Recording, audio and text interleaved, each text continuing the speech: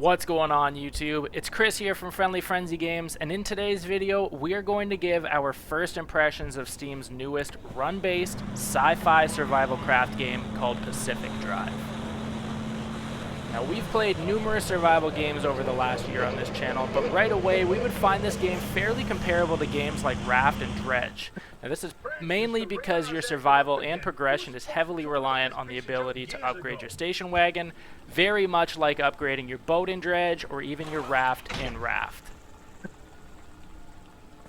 Obviously, like many survival games, there is a lot to learn very early on, but seemingly, Pacific Drive does a pretty decent job at placing you into its story while ultimately introducing you to the basic mechanics and items in its game. So the first major mechanic that the game gets you familiar with is really just maintaining your vehicle. You're going to need to monitor your character's health vitals, but possibly even more so important is going to be the vitals of your vehicle. You're going to need to siphon fuel from scrapped vehicles to refuel your own. You can use items like repair putty or mechanic kits to fix body damage and increase the protection that's awarded, and also use charging stations at the auto garage to ensure that your car's electronics are going to last you long enough for you to gather as many resources as you possibly can and ultimately help you return in one piece. If you're all set, take a look at the Things like projection swapping against the spare wall. tires with summer tires and adding or upgrading crude panels and doors to steel panels and doors will increase your overall defense, therefore upping your chances at surviving a run and making it back to the garage with all the resources that you've collected. Now, although you can find some higher grade items and tools, it appears that the game really wants you to focus on collecting resources and crafting these upgrades instead. What's really cool too is that the game has a plethora of items to research and craft, really stemming from upgrading your station wagon, the auto shop, and even your own personal gear. To collect these resources on your runs, you're going to want to make sure that you are prepared with all of the necessary tools.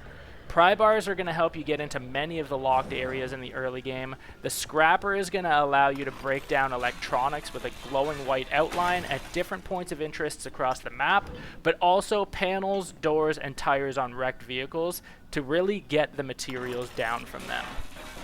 Once you can craft the impact hammer, you're going to be able to also extract plasma and break into the more sophisticated locking devices.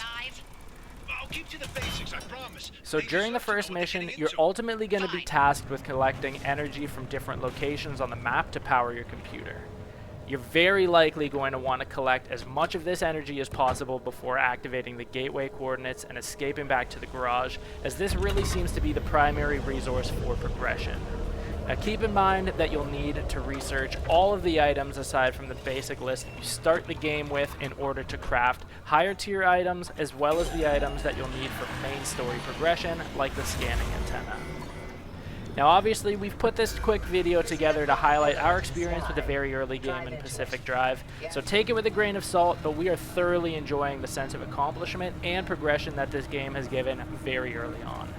We were big fans of Raft and Dredge, and if you're in a similar boat, no pun intended, you might want to consider giving the demo of Pacific Drive a go.